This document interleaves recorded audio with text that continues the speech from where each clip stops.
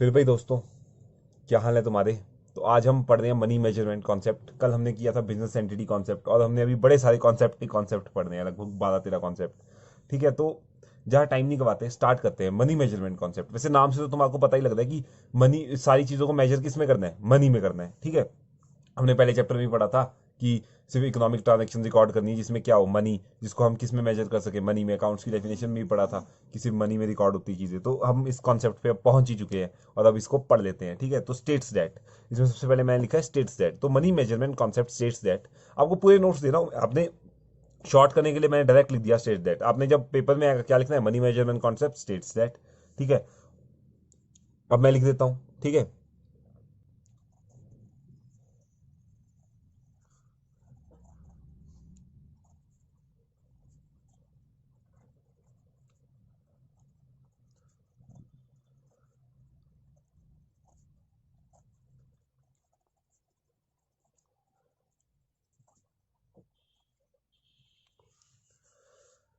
तो जी क्या कहते हैं, only those transaction and happenings in an organization. ठीक है, only those transaction and happening in an organization which can be express in terms of money are to be recorded in books of accounts. ठीक है, तो जिनको हम express कर सकते हैं ना इन टर्म्स ऑफ मनी, सिर्फ उन्हीं को ही रिकॉर्ड करेंगे हम अपनी बुक्स ऑफ अकाउंट्स में। अब ऐसे तुम्हारा इतना क्लियर नहीं होगा, वैसे तुम्हारा पता है ये बात कि सिर्फ वही वाली रिकॉर्ड करनी है जिनको हम नाप सकें मनी में, लेकिन एग्जांपल से बताऊंगा तो और ज्यादा अच्छे से समझ आ जाएगा। तो जल्दी से एग्जांपल लिख देता हूं, एकदम जल्दी से। ठीक है, तो ये रहा एग्जांपल आपके सामने, ये रहा एग्जांपल आपके सामने। तो जी एग्जांपल लिख लिया हमने। अब एग्जांपल लिख लिया, क्या लिखा है मैंने देख लो। सबसे पहले मैंने डेफिनेशन बताई कि transaction and happenings in an organization which can be expressed in terms of money are to be recorded in books of account.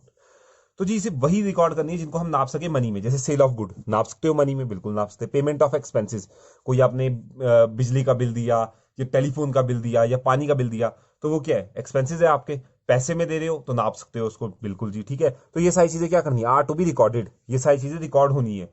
और जैसे कुछ बहुत सारी इंपॉर्टेंट चीजें हैं जो इसमें रह जाती हैं, जैसे कैपेबिलिटीज ऑफ एम्प्लॉइज।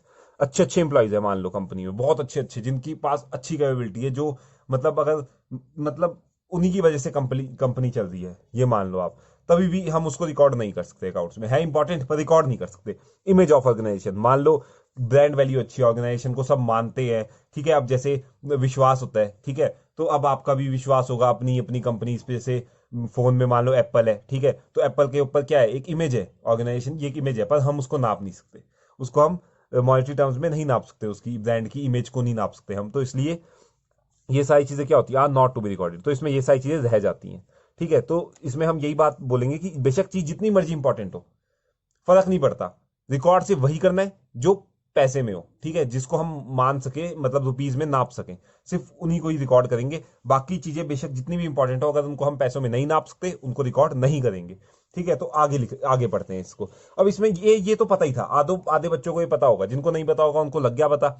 जिनको ये पता था तो आगे का नई चीज बताता हूं मैं उनको। न्यू चीज क्या है, तो ये न्यू चीज क्या है, इसमें हम इसको हम नाम देंगे अनदर इंपॉर्टेंट एस्पेक्ट। तो जी ये न्यू चीज पढ़ रहे हैं हम इसमें। इसमें ये कॉन्सेप्ट लाने का एक और नया महत्व कि इसमें एक चीज और बताएगी ये, बिल्कुल सिंपल चीज है।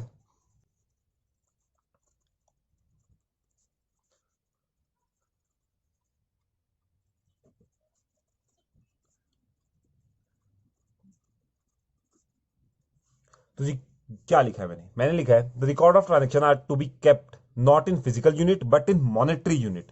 ठीक है, तो जी इसका मतलब क्या हुआ, not in physical unit but in monetary unit, इसका मतलब क्या हुआ, इसको समझते हैं हम। ठीक है, पहले एग्जाम्पल लिखता हूं, एग्जाम्पल को समझते हैं, आपको समझ आ जाएगा। ठीक है, तो जल्दी से एग्जाम्पल लिख लेता हूं मैं।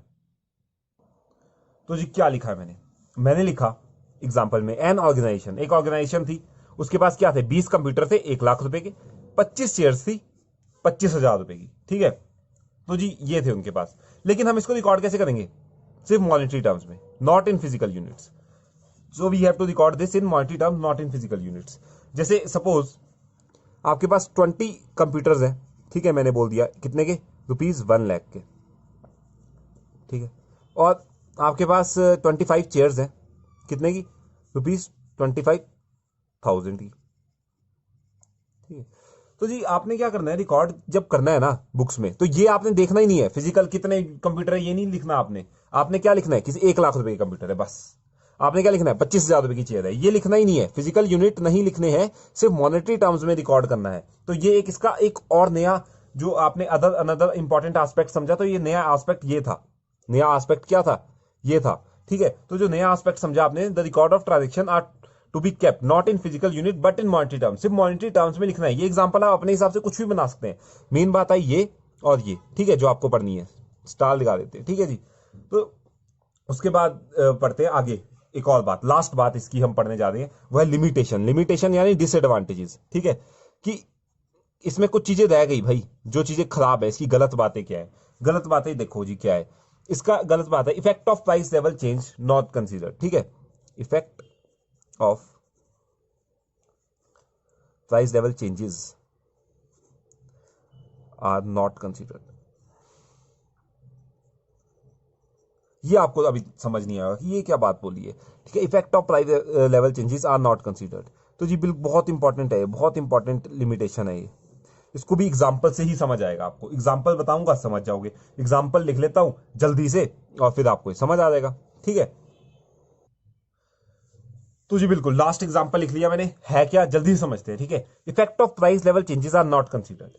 इसका मतलब अब हम ध्यान से समझेंगे क्या है इसका मतलब। ये हमने पहले एग्जांपल पढ़ा था, अब हमने क्या बोले कि जी मान लो, अब मैंने ये एग्जांपल लिखा है, if a land was purchased for 1 lakh in 2001 now having value of 2 crore but it was recorded at 1 lakh at that time. अब जी 2001 की बात करते हैं, अभी क्या चल रहा है 2020। ठीक है, 2001 में मान लो कि 1 लाख रुपए की खरीदी थी जमीन। 1 लाख रुपए की क्या खरीदी थी, जमीन, भाई लैंड खरीदा था।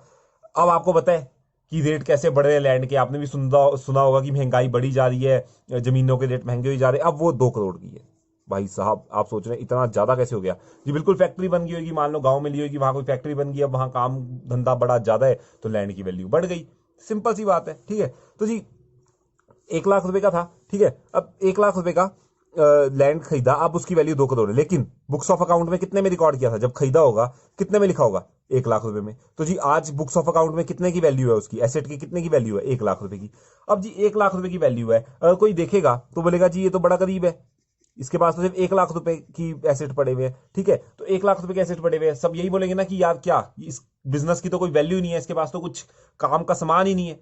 ठीक है, तो जी 1 लाख रुपए वैल्यू है, तो पर लेकिन उसकी वैल्यू असल में अब कितनी हो चुकी है, 2 करोड़, लेकिन बुक्स के हिसाब से कितनी है, 1 लाख। और किसी ने बिजनेस के बारे में कुछ समझना हो वो क्या देखेगा, बुक्स ऑफ अकाउंट उसकी, वो ये तो देखेगा नहीं कि अब 2 करोड़ की है।